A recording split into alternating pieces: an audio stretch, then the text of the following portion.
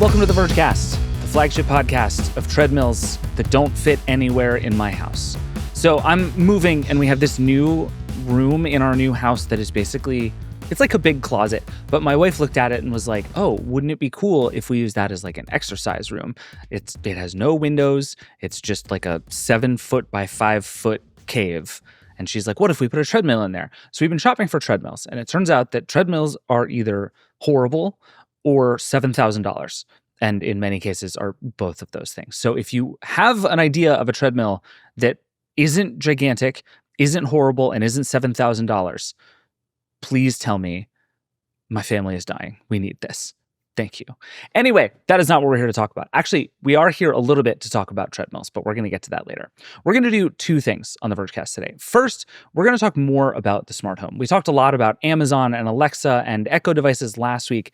This week, we're going to dig into what Google is really up to. I think Google is maybe the company best set up to figure out the smart home, but it's been trying as long as anybody and hasn't really made any progress. So we're going to talk to Anish Kattukaran, who runs a lot of that stuff at Google, and try to figure out whether Google or anybody is actually set up to do this well and do it now.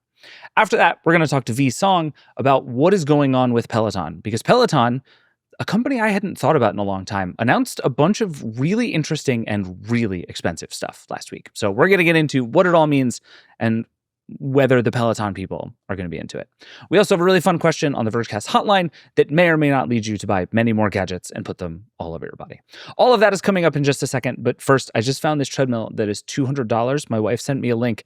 I'm confident it's horrible, but I have to go read reviews. Please send help. This is the Vergecast. We'll be right back. All right, we're back. Jen Tui is here. Hi, Jen. Hi, David. Long time no see. I just can't stop talking to you about smart home things. You have a guest for us today. You've brought someone you think would be fun for us to talk to. So just set this up for us a little bit before we get into it. Who are we about to talk to? Yes. So we have Anish Kattukaran, who is the head of Google Home and Nest. And he is basically the guy that has been leading the sort of resurgence, should we put it that way, or of Google Home over the last few years. And last week, there were a lot of announcements from Google Home about completely re-architecturing the Google Home app, new hardware, new software for Google Home, all of which has been sort of developed under his leadership over the last few years. So he's the guy that I've spoken to several times over the last few years about this big shift that we're seeing from this command and control infrastructure in our home to these LLMs coming, generative AI powered voice assistants that he believes, and I guess I'm drinking the Kool-Aid a little bit. It's going to be a huge change for the smart home. This is what Amazon's doing with Alexa Plus. So yeah, I'm hopeful he'll be able to give us some interesting insights into what's going on, why it's been so difficult, why Google Home has been so bad for so long, and what's coming in the future. Yeah, so on the Google Home being so bad for so long, I'm curious if you and I are kind of coming into this interview in the same headspace, because just to lay my own cards on the table, I would say the way I think of Google's smart home efforts is that when we talk about sort of the smart assistant 1.0 revolution, such as it was basically Alexa and Google Assistant. Siri is kind of off on the side doing its own thing, largely very badly. Yeah. But Alexa and Google Assistant are largely trying to do the same thing the same way. And I think my impression is that Google Assistant became a very good thing to do on your phone, and that it seemed like Google sort of forgot it had a smart home project. But I pay less attention to it than you do. So where's your head kind of coming into this conversation? So yeah, Google Home and Amazon Alexa have kind of grown up together in the smart home. It's been interesting to watch their different approaches. They've, kind of copied each other. They've been moving, at the same speed, but sometimes we'll get better features on one than the other. And then all of a sudden, a few years ago, Google Home just started to sort of seem to stop to innovate. And everyone was like, well, Google has checked out on the smart home, just like they've checked out on previous projects and hardware in the past. Yep. But during this period, I've been talking to the team there, and there's this sort of passionate small team that seems to be doing a lot of really interesting things. And one of the core differences here, I think, for Google Home has been the way it was built. And I think they've spent the last several years fixing that, because they brought together Nest, and we've talked about Nest before, and Nest is a great smart home hardware ecosystem, and they brought it together with Google and its software ecosystem and Chromecast. So basically, they built a smart home system on 3 separate pillars. And I think there have been, this was an interesting space that everyone was trying to understand as they built it. And now what they've done is re-architect everything from the ground up. And that's what they've been doing the last few years. And this is why we've been seeing sort of, not last few years, maybe last couple of years, we've been seeing this a bit of a degradation, which has been frustrating users, understandably, because when you have a product that doesn't do what you were expecting it to do anymore, you get very unhappy. But I think I'm quite excited by what they showed me last week and what they're working towards, because I do believe, and I think you agree with me here, that David, that Google Home, with the infrastructure that Google can provide, is positioned really well to make the smart home work. So I'm excited to see whether they can take this where they want to go, and most importantly, whether Google/Alphabet is going to really continue to push and invest in this space. I mean, I think they're paying attention to it now because Gemini, that's everything. That's all Google seems to care about right now. But I'm just hoping we can keep the focus and attention here for a bit longer so that this team can actually do something to make the smart home more exciting, more useful, and more reliable. Yeah, I like it. All right, that's good context. Let's just get into it with Anish. Anish, welcome to the Vergecast. Thank you. I'm excited to be here. Very glad to have you here. We have a lot to talk about. Jen has lots of questions for you. I have lots of questions for you. But I think I want to start with the most annoyingly philosophical question I can think of to start with, which is, why does Google care about the smart home at all? I guess, does Google care about the smart home? Because there have been times in the last decade I have debated the answer to that question. But for a company that is as big and broad and into as many things as Google is, what's in the smart home for Google at this point? Yeah, probably a fair question. And I think we've also been on a journey. So at different points, I can see how we've had some sort of high highs and some challenging lows. But listen, in 2015, 2016, when we rolled out the first assistant, for us, getting into the smart home was a means for people to have this sort of fundamentally new interaction with the way they access information and sort of how they control things in their home. I think that was sort of a step function change for us at the time. And then while the subsequent years have been challenging, the vision for us has always been: can we build a home that's truly helpful and proactive and can take care of the people inside of it? That mission has been unchanged. I think for us, as we looked at what has made it complicated over the last few years, we haven't always sort of lived up to the delta between expectations and reality. I think there's been a gap. And I was telling Jen last week when we were chatting, in a lot of ways, the biggest limiting function was the last generation of AI and ML. And so for us now, at this inflection point, with the Gemini as sort of this core asset, we think we are best positioned to realize that initial vision of ours. And then Gemini is this incredible, powerful sort of technology that can help us do that. So I think for us, this is realizing our existing vision, but with Gemini at its core, and that's going to help us sort of have a step function change in what we can do there.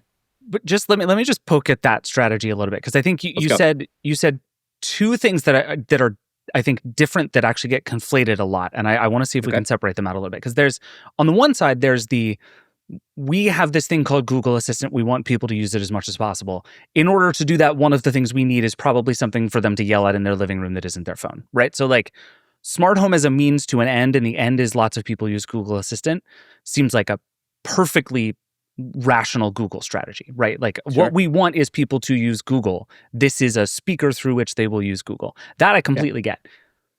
The idea of we need to help people turn their lights on and off doesn't necessarily have to follow from that. But it seems like to some extent it did, that you're okay, well, now we have this thing in people's living rooms. What can we do with it? Are those two different things? Am I wrong in parceling those two things out? I think they're related, right? I in my mind, it's that's almost sort of like a slightly internal way of looking at it. Okay. Like if you sort of take a consumer or a user lens, if you're talking to this thing, let's call it, if you're talking to something in your home, there's a question that we ask often, which is like, what are users' expectations of what they can do with that? And I think in that mental model, users expect to be able to have at least sort of a partner where they can get access to information, which is sort of the first thing you talked about. But they also want to be able to take a lot of sort of like fundamental actions, right? Things that can actually help. Like I've got 3 kids, things that can help me make my life a little bit easier so that I can go back to spending time with the kids. To me is incredibly powerful. And I think a lot of people say that. So if you can make it a little bit easier to, do stuff in the home, like listening to your media, consuming your media, things like household coordination, like setting timers, getting recipes, like, adding to lists, coordinating your groceries, and maybe in the future sort of ordering them, having them show up at your door. And then like all the smart home controls, I think those are all sort of like things that are related if you put it through the lens of what do users expect when they're having this sort of conversation with Google and or Gemini in the home. And so maybe that's the way that I would sort of reframe what you asked. Yeah. Okay. I think one of the reasons that perhaps, the reason behind these questions are that Google as a company has sort of had a history of paying attention to things and then not paying attention to things. And the smart home has been part of Google for, as you say, over a decade, but it has gone through, as you mentioned, some peaks and troughs. And so one of the things, and I've heard from my readers, and I think you've heard from your users, is a fear that Google's just going to say, we're done with the smart home, especially with the shift away from the Nest hardware, the Nest Protect, the Nest Secure security system, the Nest Yell door lock. You sort of moved those to new partners, and over the last few months and years, it felt like maybe to some users the smart home wasn't a priority. So I guess one of the things that would be interesting to sort of understand from Google's perspective is, what is that value to the company, and that we can see and understand so that we think, okay, I don't worry that they're just going to pull the rug out from under me. Yeah, listen, I think it's a probably fair criticism for what it's worth. I've read all of those comments in your comment threads. I spent a lot of time on Reddit and our communities reading all that stuff, and I have a deep empathy for this. Like I started building out my ecosystem well before I was here in this role. Like I've got, Jen, we talk about this often. I've got like 150, 200 devices in my home that I accrued, well before that. But yeah, so maybe going back to your question around should people or should our users sort of trust our commitment and our focus? And is that a fair summary of Yes. what you're asking me? Okay. The thing that I would say to that is and this is what we talk about internally as well, like our mission has not changed once over the last decade. I think what people feel sometimes is how we have tried to realize that has evolved, right? Yeah. So when we started over a decade ago in sort of like the nascent phase of smart home, not all of your devices were connected, right? There weren't a ton of smart home OEMs making every device under the sun. And so, there was an initial hypothesis that, we'll go and build every device in every category at every price point, and you have this sort of like price ladder and people can choose everything.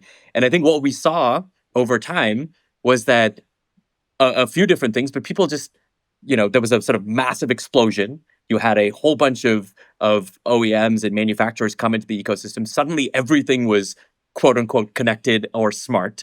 And then we had to sort of look at, are we actually going to build every device in the home? Like, am I going to go and build like vacuum cleaners and robo vacuums and blinds and washers and dryers and stuff like that? Because the reality was users were very clear. They wanted a lot of those devices. And they didn't necessarily tell us that they wanted all of it from one partner or one brand. It was very clear from the early days of Assistant. They were like, hey, I want to be able to connect to everything, right? I want to connect to all of sort of the partners in the ecosystem. So we did have to like take a step back and say, where do we lean into our strengths and sort of like how do we evolve our hardware strategy as a function of that? And it has evolved. like I when I was sharing with you last week was the way that I think about our hardware strategy is that we will continue. We love building hardware. We will continue to build awesome hardware. We think of it as a two-pronged strategy. We're going to build sort of flagship devices in a few categories where we can showcase innovation, where we can sort of push the boundaries of what Gemini can do. And then we'll complement that with partners that can sort of expand choice for users, give you choice of form factor and price points and stuff like that. And you saw a little bit of that, this week, certainly in cameras and doorbells. We announced Walmart and stuff like that. So there's going to be a lot more of that. But that's how I think about how our hardware strategies evolved. But our broader mission remains like pretty unchanged. Is it obvious to you where that line is now in the sort of what is and isn't your job in the smart home? Yeah. I think so. And maybe just to sort of put a finer point on the last question of people trusting us, we've made some hard calls for sure. But we've also sort of done a lot of hard work. Like you think about two things that have happened this week. We said we're going to replace the Google Assistant on every speaker and smart display that we've built in a decade. There was an easier path for us, by the way, which was to say just the new ones, right? Sure. But not for a second did we say that we were going to take that path. Like for us, obviously, like that is like one sign of commitment to our ecosystem. I think the other one that I would point to is on the devices in the Nest app, right? We finally finished this migration, and we've said like, hey, now all those old Nest devices, some as old as like over a decade old, you can use all of those in the Google Home app. Like, also not an easy undertaking. I know most people don't care about the behind the scenes, but between those two things, those were like millions of lines of code that we rewrote to support devices a decade old. And for me, that's a sign of commitment. Yeah. Where we could have taken an easier path.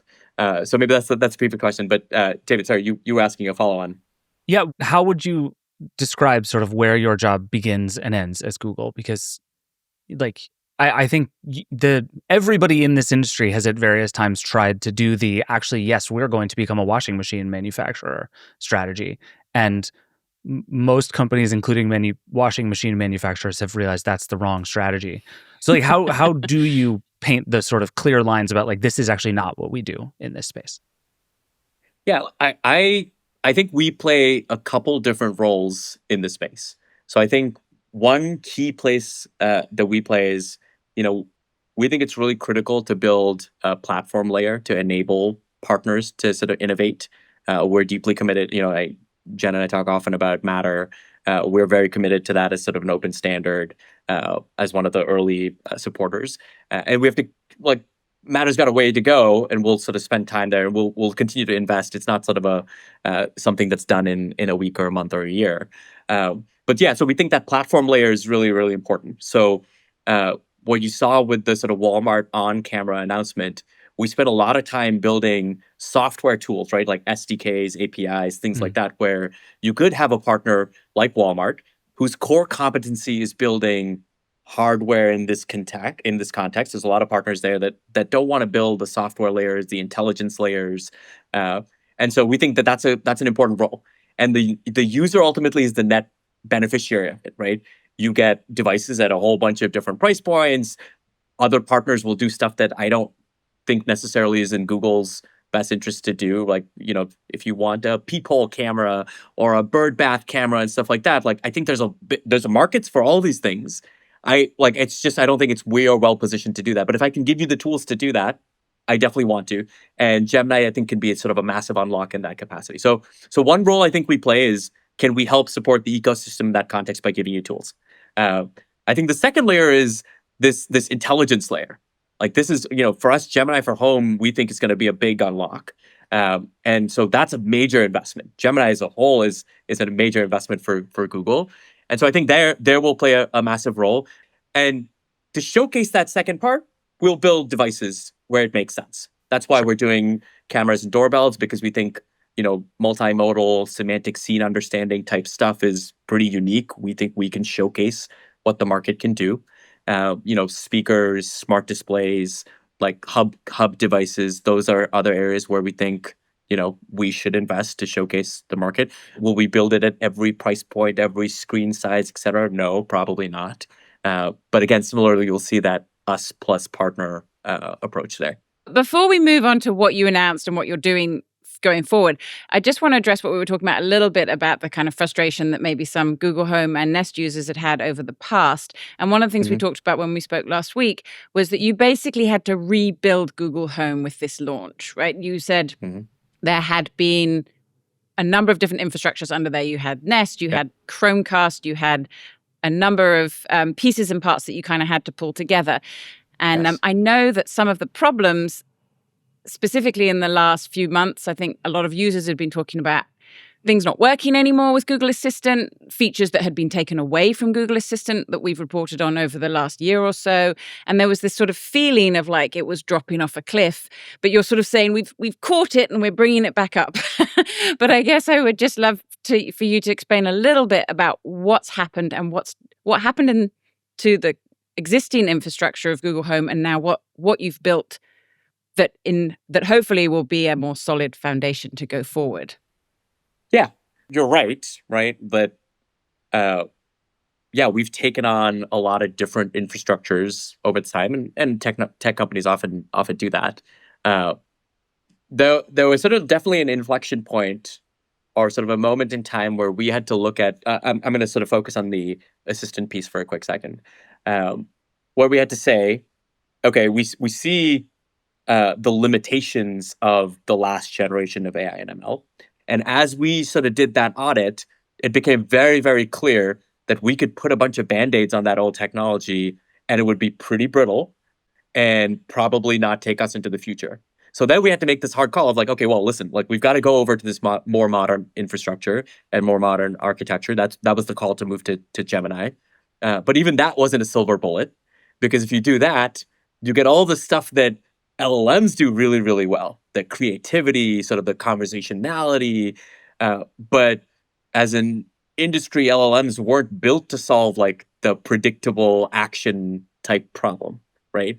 And so that's why we had to take some time to say, okay, we have to re-architect Google Home for this world with both LLMs, but then also when I say turn off my lights, it does it 10 times out of 10. So we had to do that. Like that was a big, big undertaking. Now we feel like we're in a better place. We'll start off, like I said, with early access. They'll be learning, right? So it won't be perfect on day one, but that is what we had to do there. And it was a tough call because it meant for the users that had the assistant, things weren't great for a while, and it will take them some time to get to a better place. But that's where we wanted to complement it with, okay, listen, if you had our devices for a decade, I feel deep empathy for sort of the challenges, because I was one of those users. I still am. But I promise, like, the solution is coming to you as well. It's not going to require you to buy a new thing. Right. And that's all starting to roll out this month. Is that right? Yeah. So when are people going to be seeing, because I know this whole thing with the early access. Yes. I mean, Amazon's been doing this. It's like, yes, some people can get it. So when can people who've been having problems with Google Assistant feel comfortable? When are they going to see improvements with Gemini? And is it going to be improvement, or is there still issues there? Because I know I've seen this with Alexa Plus, that disconnect between what the LLM can do and what the deterministic systems that we had before are able to do is still there. Have you solved that problem? That's two questions, I know. Yeah, I think a lot of questions about this since we rolled out. Yes, early access is starting this month. I'll be super clear. On our Gemini for Home is the thing that's going into early access. For cameras and doorbells, that has already started to ramp up. So people who have raised their hands to get into the early access should be seeing. Just got one of them today. I'm very excited. Hey, there you go. Yeah. And a beautiful red one too. I'm holding up then the new camera. It just arrived today. The very pretty red indoor camera. Berry is what we call it. Yeah. So for early access for cameras and doorbells in the Home app, that's already started to roll out. And it is a rollout. So, it's not day and date for everyone. And then on speakers and displays, we'll start ramping that up in the last week of this month. Okay. So, yeah. So like next month for the speakers and displays for most people. Last week of this month. So, okay. Sure. Yeah. I mean, yeah. So Google Assistant is gone. RIP. It's dead. Yeah. When you get Gemini, can you bring back Google Assistant if you don't like Gemini, or it's just Gemini? No, it's just Gemini. Yeah. So you'll get in the Home app, when you're sort of get off the early access list, you'll get a notification in there.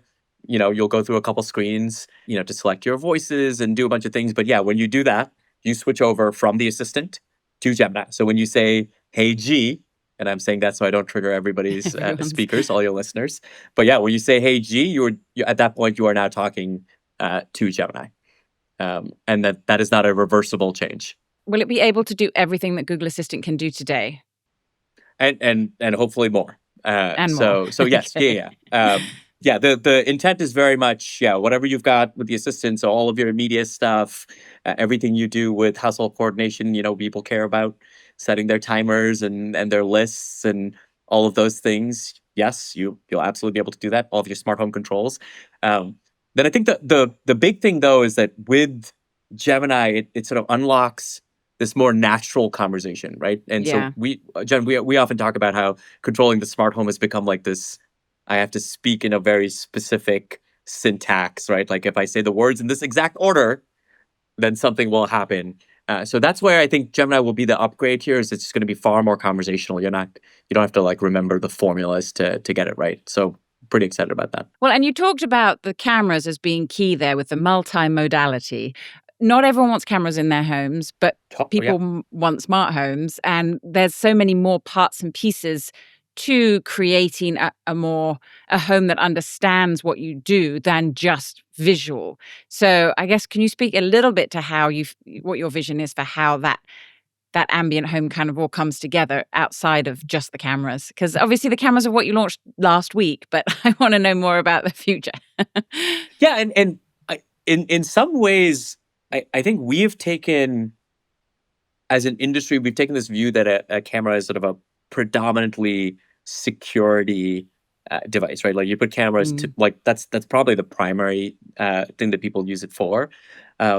One way that I think about it is that the camera in so many ways will become kind of this general purpose sensor in a way, right? Whereas today you've got like motion sensors and they do a very specific thing. You've got water leak sensors and they do a specific thing, and you've got all these different sensors, right?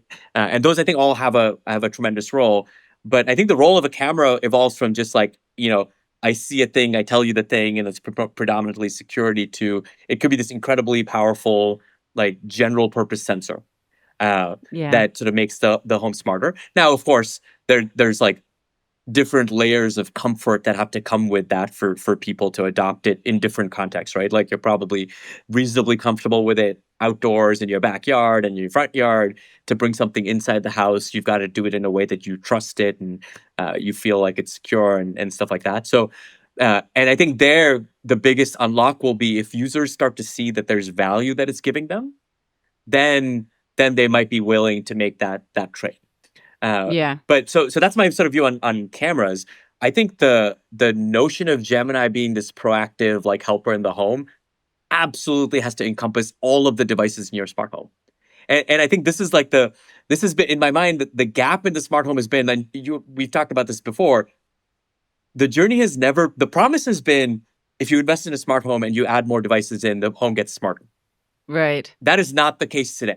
Right? Every device, every incremental device I add to my home, it gets an order of magnitude worse. It's more set up. They don't work together. Automations is like this thing I've got to do if this, then that. And like, it's so complex.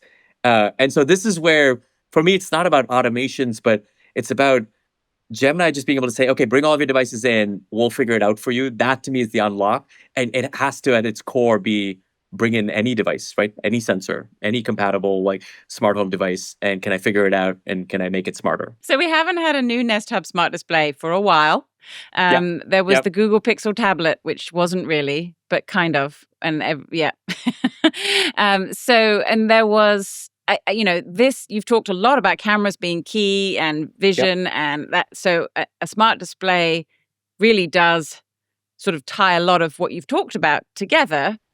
In theory, unless you have an entirely new form factor for this that we don't that you can share now. But is this something that is part of what you see as integral to that sort of core hardware where you said at the beginning that you're going to focus on producing the core hardware, and if it is key, why? What's important about the smart display? I guess to preempt, given that we're not sharing any explicit news about smart displays, the way that I'll just say it is we're definitely committed to smart displays. While we're not announcing anything now, you should definitely expect that we'll have news to share there soon. And I think the reason that I'm excited about this category is if you think about how all of these LLM technologies are sort of converging, it does present itself as a incredible form factor to interact with something like Gemini for Home, right? Like you think Yeah. about the properties of a smart display, microphone, which means audio in, speaker, audio out. So it's great for audio in, audio out. It's got a screen, which means to complement sort of a voice modality, you can sort of interact with it. You can sort of visualize information. We've got cameras in them, so you get that's a vision piece to it as well. So I think, as I see where Gemini for Home is going and Gemini more broadly is going, all of the things that Google is investing in building, for me, it feels like the almost sort of ultimate form factor to be able to deliver like a really great home experience. So that's why we are going to continue to invest in that category. So I think it's going to be awesome. A lot of people, I think, have correctly identified a lot of the same problems that you have with the smart home, right? And I think a lot of people also think LLMs are going to help fix it. But you work for Google, which also has this unbelievably gigantic trove of information in real time and not about every person on Earth. And as you talk about like multimodal input and understanding more about people's context, like it's all just sitting there for you if you want it. So like is the end of this road that like my smart home not only knows where I am, but has like read my email and my Google Maps history and knows what I shopped for and actually can like preheat the oven for me without even me having to ask, and that I just live my life, and because Google knows everything about me, it starts to solve my life for me. Is that the end of this road? On the point around having access to all this information, I think what we build with it is going to start and end with trust, right? So you've got to be able to trust the sort of assistant that you're bringing into your home.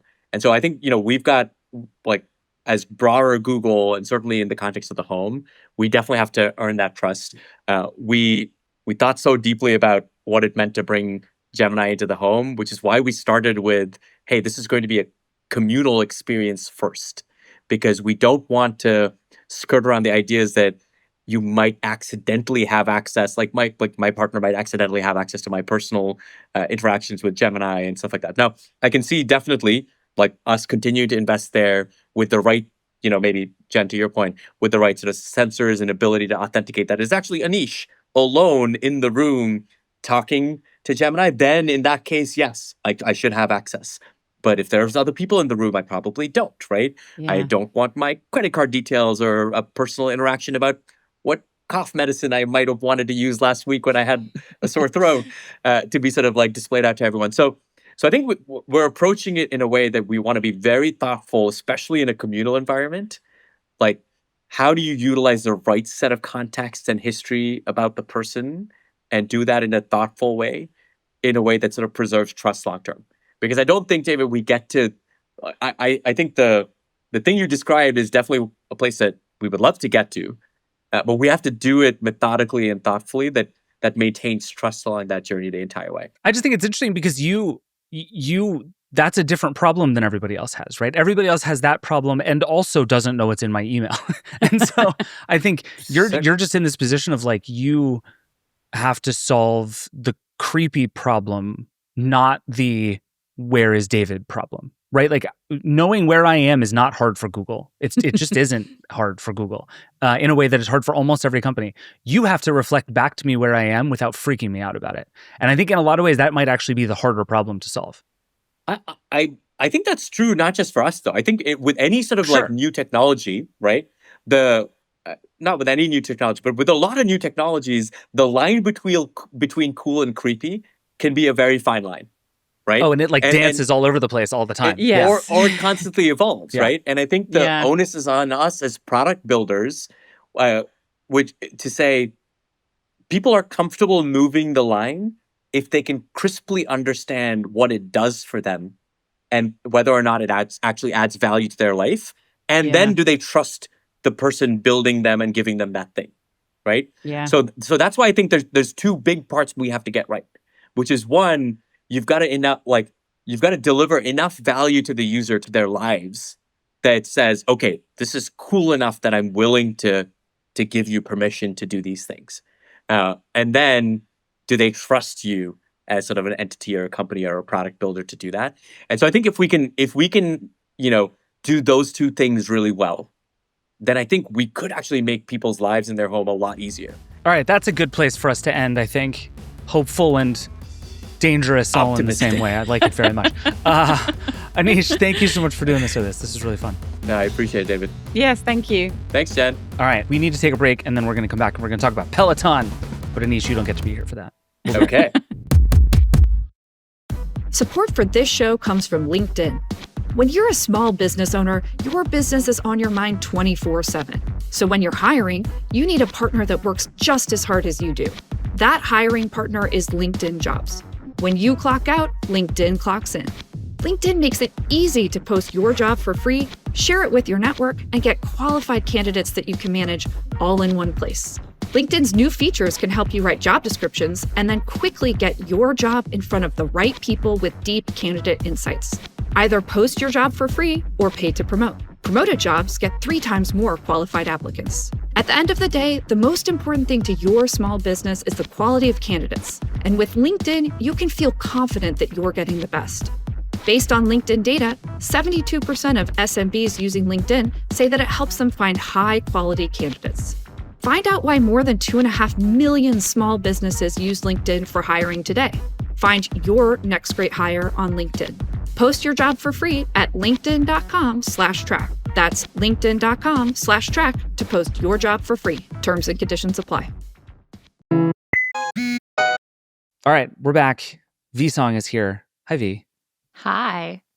I mean, fine. We can talk about the glasses. You want to talk about the glasses? Let's talk about the glasses. We're here to talk about Peloton, but you can't just show up on camera with me and wearing these glasses, and we're not going to talk about it for 2 minutes. So, you are wearing the.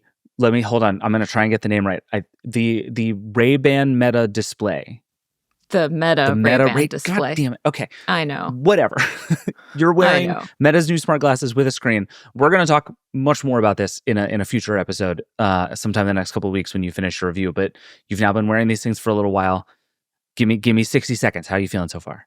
It's very Gen 1. The hardware is impressive, but the software, they really need to get this API that they just opened up to third parties going. The neural band is surprisingly good. I actually think the neural band is kind of the most interesting thing about this. That's the thing. It's like you wear it on your wrist and use it to control the. Yes, it's this little guy, and you do. Oh, it looks like a Whoop. It just looks like a Whoop. It does look like a Whoop. It just looks. It's very unobtrusive. Interesting. It does work if you have to wear another smartwatch, which I have taken off because it is embargoed. But it does work if you have another smartwatch on there, and which I was like, oh, thank God, I'm running out of body parts. Like, I have to test all of these things. And yeah, I can't just give up real estate on this wrist without, so that was a relief to me personally. Yeah, it's interesting. I literally had to listen to a lecture from my spouse this morning about why they think these look terrible on me. So we'll get into that. Maybe the style section of my review is just a video of them going off for 30 minutes, and you can choose to listen to it or not. It's a very intriguing product. Do I think the rollout was botched? Yes, absolutely. And I think people are going to be talking about it, and for good reason. There's a lot of meaty stuff to dig into, but is it the future? We'll see. Yeah. Well, we're going to come back to it. My read so far is that they look both like vastly better than almost anything we've seen, and still kind of bad. They're in a like uncanny valley kind of situation of like, I look at those glasses and I don't clock them as glasses. that clock them as something else. Do you know what I mean? But you don't look at it like it's obviously not like a Vision Pro, right? It's not like, oh my God, No. what is that gadget on your face? But it's like you look at those and there's something just like slightly wrong with the pair of glasses V is wearing.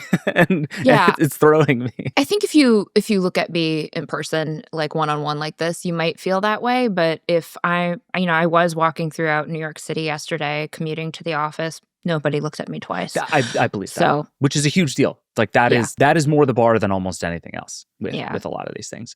But all right, that's not what we're here to talk about. No. Again, we're going to come back and talk about this because I have 1,000 things I want to talk about these, but that's for another time. I want to talk about Peloton because there was a lot of gadget news this fall.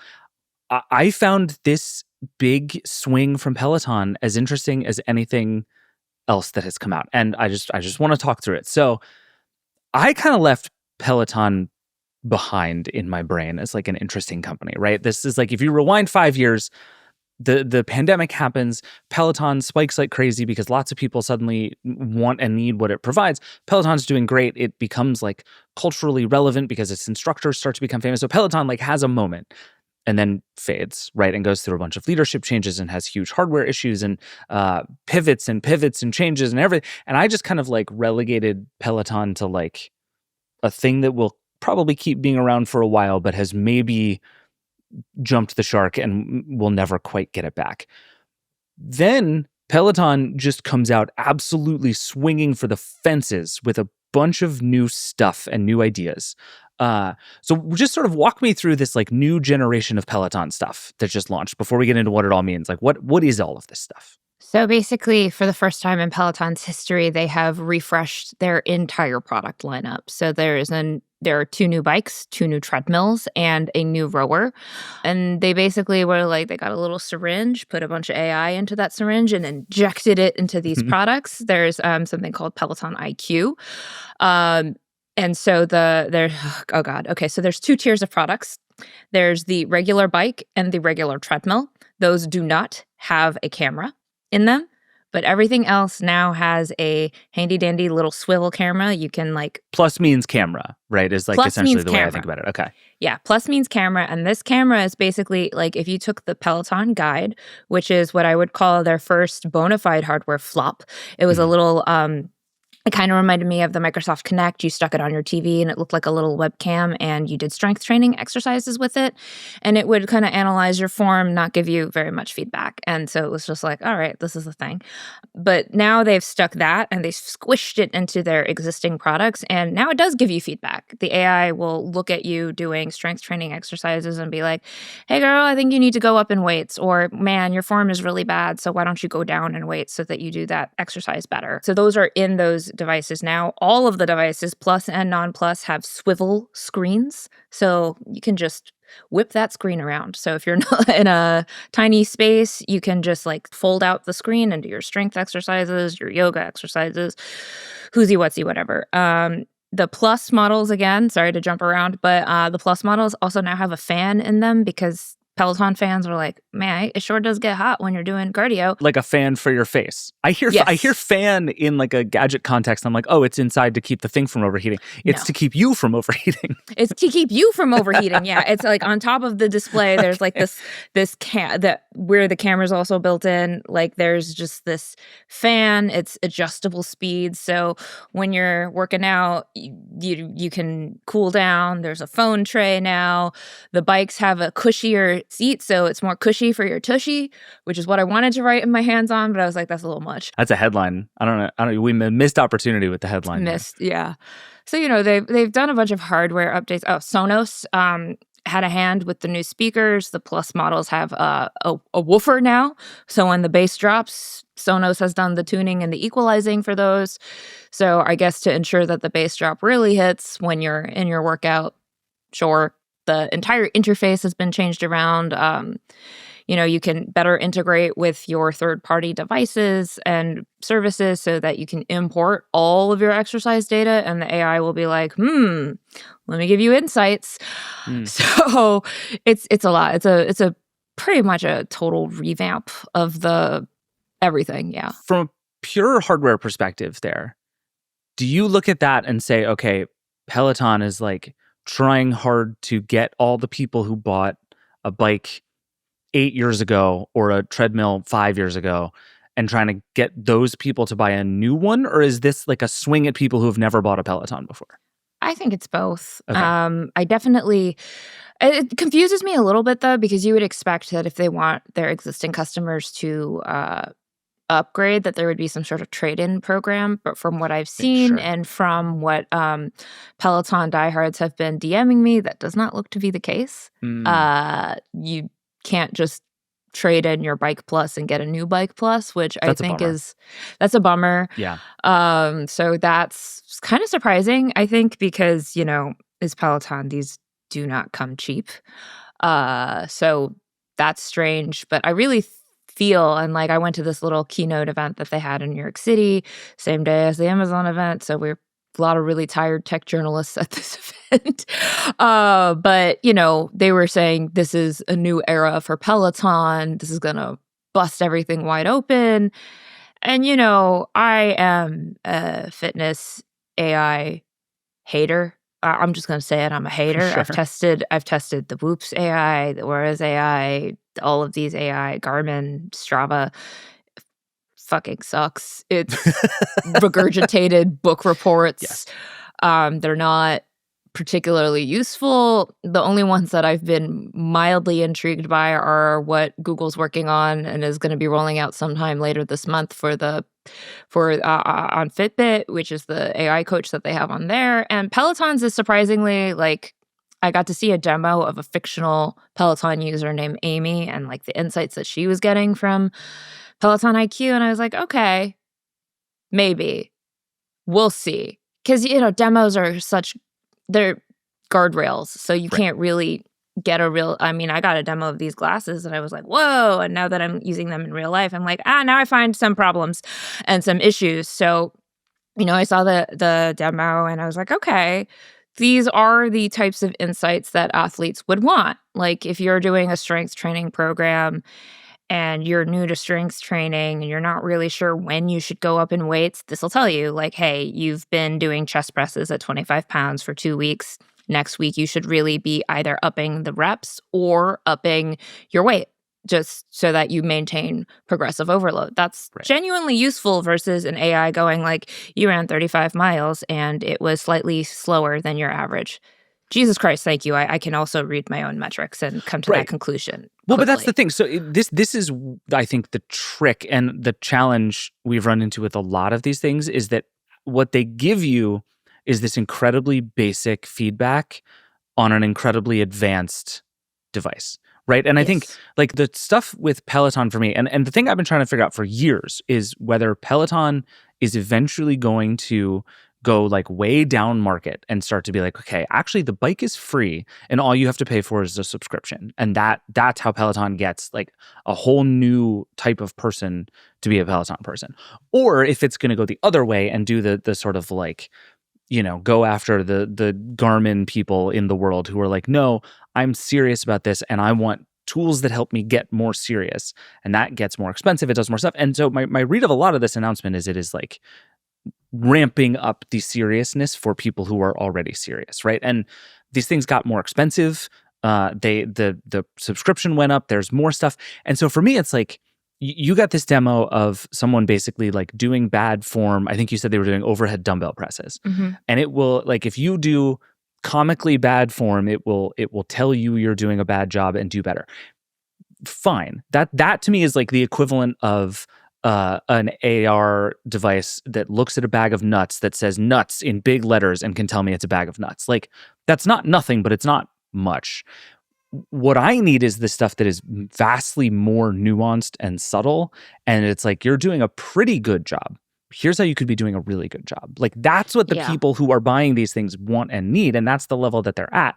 And I think it's just a much harder technology problem. And so I think you're right to be skeptical even of the demos, because it's like, it's one thing to see me going like this and be like, that's not right. But if I'm like almost right and it tells me how to do it exactly right, like that's the actual stuff. And that's a way harder thing to do. It's very hard. And it's like, it's hard even if you have a in-person personal trainer. So it's right. That's what people pay a lot of money for. That's what people pay a lot of money for. It's an access thing because it is so much easier to do fitness if it's in your home. That's just true. If you are a beginner, I can see this being helpful in a lot of different ways. But again, the people who would be most interested in those features are not the beginners. So they call it the cross-training series because on the one hand, you have your cardio device and your preferred method of indoor cardio. And so now you can cross-train and do other things and get this form feedback, which, form feedback, I will say of all the exercise modality, strength training is the thing that stumps all the technology companies the most. It's really like Ladder is the only strength training app that I really resonated with. And did Peloton steal everything for its strength training app from Ladder? Yeah. Well, I don't know. Go to Reddit. People are having that conversation there. Yeah, the general vibe on Peloton's strength app is, they just did Ladder. Which is not the wrong choice. No, but Ladder's it is great. a choice. Yeah. Like Ladder actually has helped me get into lifting a little bit more consistently than previous iterations have. That's great. But, exercise is just such a weird thing because it's individual. What works for one person is absolutely not going to work for another person. There's no blanket prescription that you can give people. So, but that's so funny. That is like that exact reason is why it makes perfect sense to me that this is a thing Peloton is doing, right? Because the first move is like, okay, how do we take the experience of a class and bring it home? And that worked super well, but it does have limitations, right? Where it's like that by definition can't be responsive to me and what I need. And especially with strength training, that is really important, right? Like I always think about, I would do the like Peloton yoga stuff on the ground next to the Peloton, like, and I would fall behind and just fall apart, right? Because like I suck at yoga, they're good at it, and they're doing this class for people who are good at it. And like what I need is something that actually is engaging with me in some sort of meaningful way. And so it's like, of course that's the pitch here, right? Like I can absolutely see why Peloton is after this. And there are a bunch of reasons it actually seems like if anybody can do it well, it ought to be Peloton. It does have access to the hardware, all the stuff you're talking about. Like I think the camera is really fascinating. The swivel screen is really interesting. It has all this historical data on people and me specifically, but also just like people in the aggregate. Like there are a lot of reasons if someone can pull this off that it might be Peloton. Am I crazy? Like, am I giving Peloton way too much credit here? No. Like I talked to their chief product officer, Nick Caldwell, at the event, and, he said a couple of really interesting things. Just, their AI is built on ChatGPT and Llama in part, but also it's trained on their thousands of classes, like a lot of thousands of data points. And the AI is integrated in ways beyond just how you're like interacting with it, because it's also in the sense of how they surface classes to you. So based on what you need, they're like, well, how do we help you find a class that actually helps you in our library of thousands of classes? That's a pain point too, because it's great that they have thousands of classes, but if you're on Peloton and you're just trying to find something that'll work for you, instructor that you like, because instructor personalities can be, not every instructor you're going to jive with. I really can't stand the ones that are just like, hey, girl, you got this and all that. And I'm just like, no, I'm suffering. Please don't try and encourage me. But so, like the AI is also supposed to help you surface a class that you might actually resonate with and might, there's a new thing that pops up that tells you if your current effort levels are match with that class. Like this class might be harder for you than normal is what'll pop up when you're browsing. So there's that. I actually think that's way more interesting than the form correction, but that's just me. Fair. There's new stuff where you can generate your own workouts that are SANS instructors that you can take at your own pace and in moves that you want. So like they're doing a bunch of different things to appeal to a bunch of different people. So they're kind of very thoughtful and smart about how they're going about it in a way that it doesn't feel fully just like, here's AI, let's staple it onto the product, which is what most fitness AI has felt like. So I do think if anyone's gonna do it, it is probably them, because they are very clued into their diehard fan base. Like a lot of the new hardware upgrades are things that people have been yelling at them to fix for a long time. So they are listening to their core constituency. Do you think their core constituency was also like spending a lot of time saying, God, I wish this was all way more expensive? Do you feel like that was bunch of Peloton people being like, you don't have enough of my money. Do you want more of my money, Peloton? So I find Peloton diehards like a fascinating group of people. So, I know R.I.P. Jane Goodall, but I consider myself the Jane Goodall of Peloton diehards. Like I spent some time just in like their official groups and on Reddit, just reading what they have to say about stuff, because I did a feature last year where I talked to like a dozen Peloton diehards, and you know what? The vast majority of them told me that the hardware was integral to their experience. And I was just so shocked by that, because most people I talk to are like, oh my God, it's so expensive. Why not just buy a $500 version and with a tablet holder? Right. Bada bing, bada boom. Well, there was a really sort of obvious future for Peloton after this like post-pandemic slump that was like, stop being a hardware company.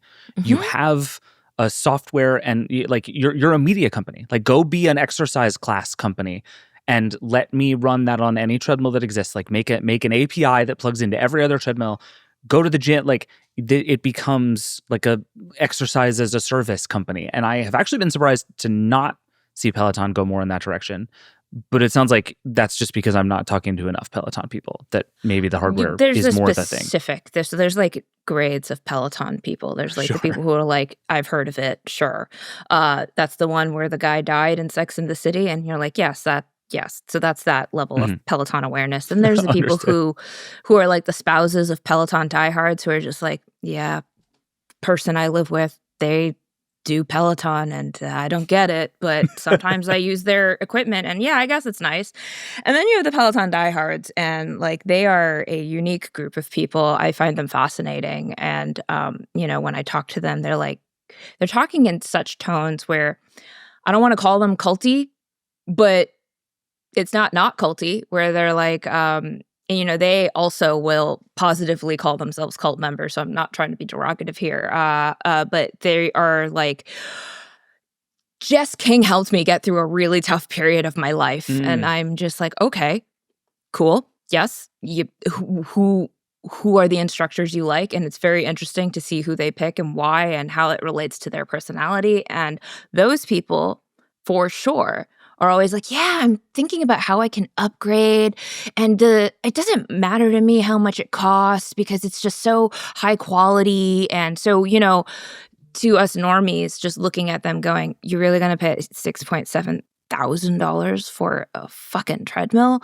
To them, they're just like, this tool fits into my life. It is my life. And I don't see this as a ridiculous cost because I use this treadmill every day, and it's my life has changed. This thing, I used to be depressed and sad, and now look at me, I'm running 46 marathons, and I'm like, that's just a different kind of depressed and sad to me personally. No, I love that for you. It's physically healthier, so go for it. It's physically healthier. I am concerned because marathons are so I know I've talked to people who have trained for whole marathons on a treadmill, on a Peloton treadmill, and I'm like, how? Whoa. I can't do more than 3 miles on a treadmill because I lose my mind. It's so boring. Yeah, I can run hours outside. I love that. But like the treadmill, 3 hours of running, I'm like, how? And, one of the people I interviewed, she was just like this bubbly, enthusiastic, lovely lady. And she was like, yeah, when I ran my marathon, I had the Peloton app and the outdoor classes just going on a loop, and that's what got me through my marathon outdoors. And I was like, you brought Peloton to the marathon?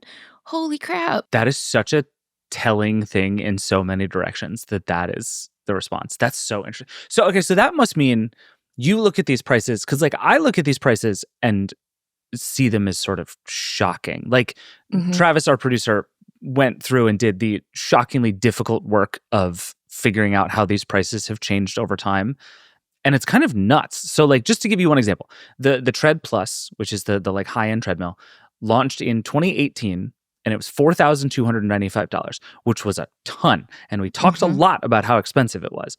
And then in 2023, it jumped to $5,995, which is more, just in case you're wondering. And then now is $6,695. And that is just what the Tread Plus costs. The Tread has gone up. It went down a little bit, then up again. It's more expensive than ever. The Row Plus is more expensive than ever. the subscription continues to go up. It's not like everything else is getting cheaper, but like maybe it just is true that this is a group of people who are not super price conscious, and the idea of, I'm pitting this against an Equinox membership or like 2 sessions a week with a personal trainer, and so it's actually not expensive in that context. But like when you look at these prices, what does it make you think Peloton is doing here? I'm just like, $6,700 for a treadmill. Running outside is free. That's me though, right? Like, to be fair, running outside is awful, and you can't watch The Office while you run outside. So like, I would pay a lot to be able to watch The Office while I run indoors. But again, this is like different but not people. $6,700. Yeah, this is different people, different preferences, right? I've tried watching K-dramas and my Stray Kids videos on treadmills. I can't do it. I can't do it for more than 20 minutes. I thought I was a terrible runner for years because of that. I just could not do it. Outside, I can run for 3 hours, and it's just me, my thoughts, and K-pop That's for so like funny. 3 I am hours. the exact opposite. Yeah. So the best gym trick I ever discovered, and everyone should try this if you have trouble making yourself go to the gym, was I found a TV show that I loved, and I was only allowed to watch it at the gym. I tried that. And so I burned through like seasons upon seasons running on the treadmill at the Y, because I was just like, I want to watch the show, so I'm going to go and watch it on the treadmill. And then literally it's a like third of a mile from here to the gym, and that run is so boring that I didn't want to do it. I would drive to the gym and run on the treadmill. Like what? Like a true maniac stuff. But yeah, it's just people are different. I tried doing that. It does not work for me. So that's such the challenge that they have. You're like my dad, who ran a marathon with no headphones, and I still think that's true psychotic behavior. That's the most psychotic. But like, I still need the headphones. I still need my Beats. I need my little K-pop boys singing whatever. I need that. But I've listened in to Peloton earnings dutifully every quarter, and when they up the price to about $6,000, I was like, ha ha! And then the next quarter, they're like, oh yeah, and we sold out of all of the stock that we had for $6,000. And I was like, how? So every earnings, they're like, Tread Plus, the most expensive product in their portfolio, it sells like gangbusters. And I'm like, how? That's the one where the kids died. How do you do this? And the people who love them. I believe it was Business Insider back when like the height of that controversy was happening. They were like interviewing people who are like, yeah, I fell down and it threw me through a wall. Never giving it up.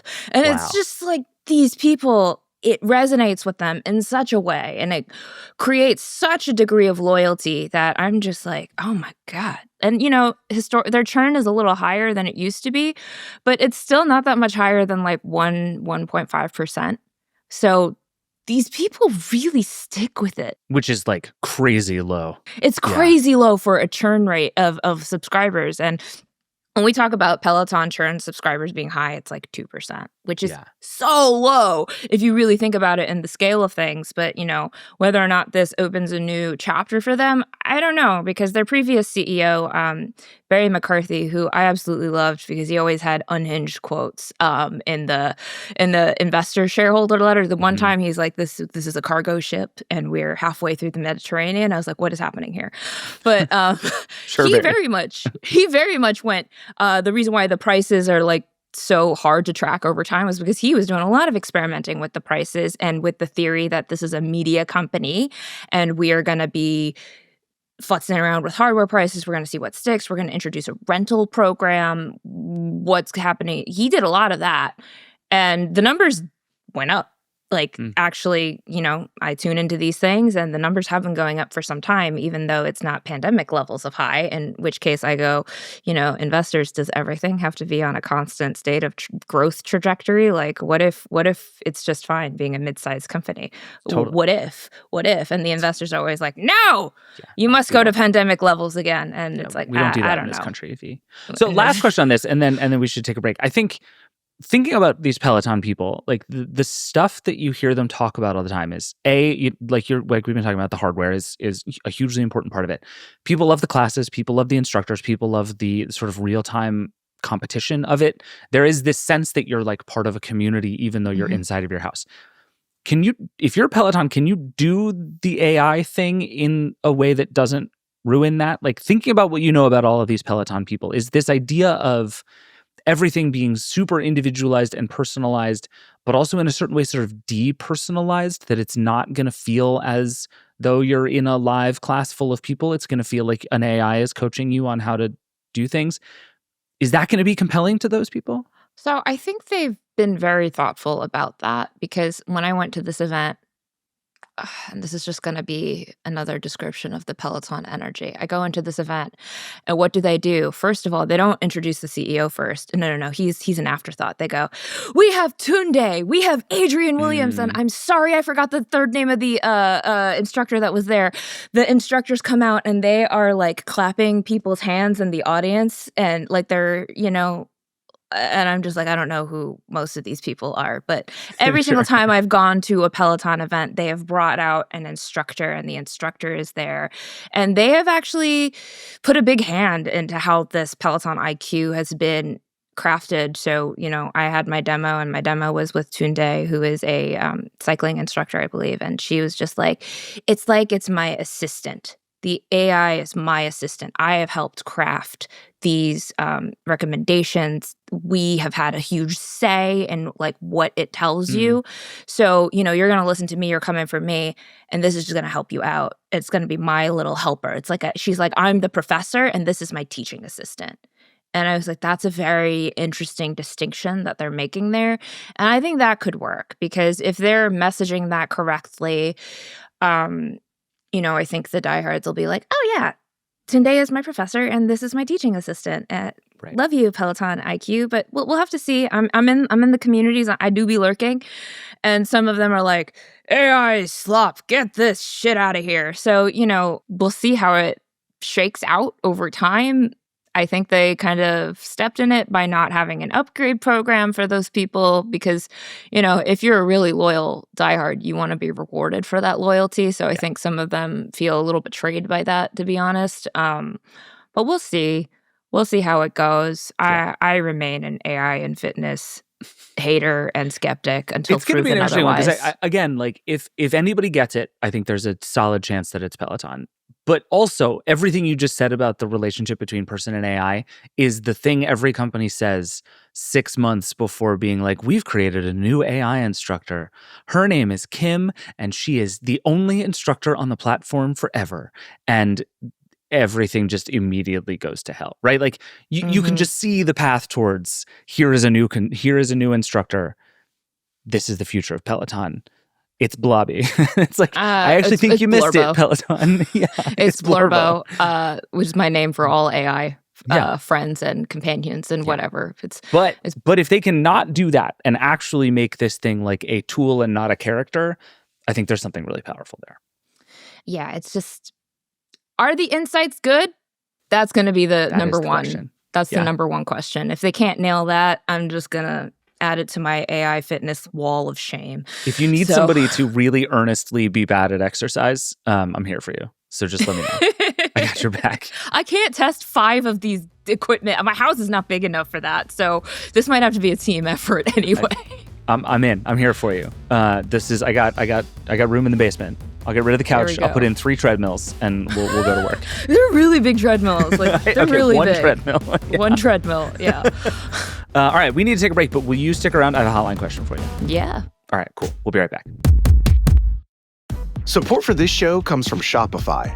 Starting a business is exciting, but once the excitement wears off, you might realize it also means juggling 1,000 tiny tasks. Shopify gets that. Shopify is the commerce platform behind millions of businesses around the world and 10% of all e-commerce in the US, from household names like Mattel and Gymshark to brands just getting started. And they want to help with everything from sales to design to marketing. Can't code? No problem. Shopify's got slick, ready-made templates that actually look good. If you need help writing product descriptions or touching up photos, they've got you covered there too, with their built-in AI tools. And if you hit a wall, their 24/7 support team is right there for you. If you're ready to sell, you're ready for Shopify. Turn your big business idea into reality with Shopify on your side. Sign up for your $1 per month trial and start selling today at shopify.com/Vergecast. Go to shopify.com shopify.com/Vergecast. That's shopify.com/Vergecast.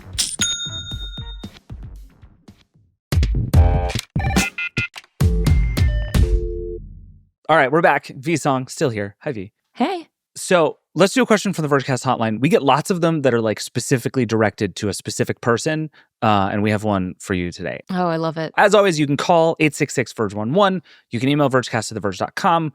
There's been like a million gadgets, so send us gadget questions. I think we're also going to do a smart home hotline episode here at some point in the near future, so send us all of your questions. For now, V, let's get at it. This one's for you. Hi, Vergecast crew. This is a powerlifter and a new runner. This is a question probably best answered by V-Song. For the longest time, I've been using my Apple Watch in combination with the Strong app to track my lifts. I've been a powerlifter for many years and would focus on big compound lifts with some accessories. Recently, I've picked up running and mostly track it with Strava. A lot of my running friends have repeatedly told me to get a Garmin for the better battery life and overall better smart tracking for running. I've been using an Apple Watch Series 6 since release and replaced the battery last year, and it's already draining fast. My dilemma is I've adopted a hybrid plan that incorporates running with my main traditional strength training lifts that I track with the Strong app, and nothing online shows that that app is compatible with Garmin watches. I was wondering if you had any advice on maybe potentially repping two smartwatches, one for lifts and one for runs, or if I should just commit to one. If so, which? Appreciate any help, and rock on. V, you can see why I picked this for you, right? Like, our caller didn't give their name, but if ever there is someone who feels our caller's pain, it's you. Yeah. Wow. Welcome to my world, caller. Because I've lived both of those lives. What I will say is that the double wristing life is difficult because so the crux of the problem here is the fact that fitness data is messy, right? Lots of people use Strava because it is a de facto hub where you can import your data from disparate devices and it lives in one place because that's just how it goes. It integrates with everything. Everyone uses Strava. Love it.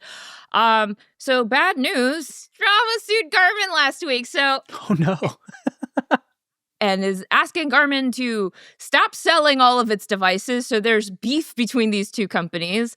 As a new runner, what I'm gonna say is that Garmin, I love Garmin. Garmin fans are really diehard, so don't come for me. Garmin is overwhelming in terms of the running data for a beginner. Because when you are a beginner and you are just running for the first time, it's about good form. It's about just kind of increasing your time on the road, doing it safely, making sure you're cross-training and all of that sort of stuff, and just really kind of finding your rhythm for running. And, is vertical oscillation data going to help you do that? Or is it going to confuse you further? That's what I would say. I do enjoy Garmin. I think it's very complicated to kind of get into the Garmin in-depth data. It's not knocking them at all. I find it very useful, but Apple has made some updates that are for beginners. I think are pretty compelling. Like they've added training load, so it kind of helps you visualize whether you're doing too much or how your levels are doing. So what I would say is, since you're a beginner, just find out if you like running first. And if you really love running, eventually you will naturally gravitate towards the Garmin, just because the features there really are catered towards runners. They're really great. If it were up to me and I was just using a watch for running, I would pick a Garmin. I would probably pick one of the Forerunner Garmins because they're not gigantic and they fit well and they're like really suited towards that. But just like hold for a second, because that's a lot of gear that we're talking about you having in one space. And as much as possible, I do recommend streamlining your data streams, just because, look, I'm psycho. I have this notebook, and this notebook literally is where I log all of my disparate fitness data and baselines, because I have not found a good digital way of doing it for testing. I spend like 40 minutes after each workout just comparing data points. Like, you don't want to be me and doing that. So, like, this is reviewer problems, though, because I am testing multiple products. I do have to live this multiple life. And so why would you do this to yourself, friend? If you are going to go the Garmin route, you can track reps and workouts within Garmin. Is it going to be as good as Strong? I'm not sure, because, all of my power lifter friends are very into Strong and that app. So you are running into the problem of how, much like the smart home, there's all these different silos of data that people have. Mm-hmm. The main thing is to find what works best for you that you will stick with. If Strong is something that you really love and has really helped you in your powerlifting life, don't ditch it just because your running friends are saying that you should go into Garmin. I personally do not like the Garmin strength training tracking, because it does not give me enough time to edit my weights and my reps, and it throws me out. Yeah, it sounds like our caller didn't like it either. Yeah, I don't love it. I'll be quite frank about that. So if you find that you love Strong on the Apple Watch, I don't know, maybe you upgrade to an Ultra and see how that does for you. This is what I was just about to say. Why is the Watch Ultra not the perfect, like, jack of all trades version of the answer here? Okay, so, the outdoor running crowd in Garmin, and they have a lot of really valid points here, is battery life. A Garmin is measured in weeks. It's measured in months. I have the Ultra 3 here. I'm still reviewing it. That'll be out soon. But, I've got 72 hours out of it, which is great. Not if you are running lots of marathons, doing a lot of hikes, doing a lot of cross training. Sure. It's still a lot of charging management that you have to do. And that's not for the Garmin crowd. That's not what they want. There are certain metrics that I think the longer you go into endurance sports, the longer you are in outdoor sports, they are useful. I like the hill endurance score. When I was training for a half marathon, I found, I think it's called the endurance score. It just basically tracks how tired you are throughout a run and whether you're exerting a certain amount of energy. I did find that helpful. It did kind of visualize for me whether or not I was going to make it to the end of my first half marathon. I did. It was great. It was not. I suffered immensely.